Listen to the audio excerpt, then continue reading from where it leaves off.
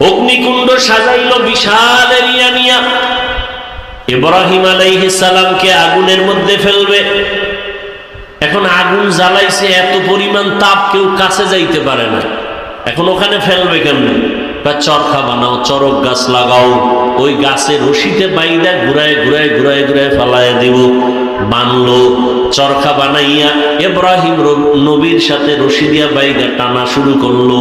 কিন্তু ইব্রাহিম নবী জায়গায় বসা, নাড়াচাড়ার কোনো সুযোগ নাই, চরক গাছও নড়ে না। নমরুদের মাথা গরম হয়ে গেল। ইবলিস আইসা কয়, এই মুহূর্তে পারবা না।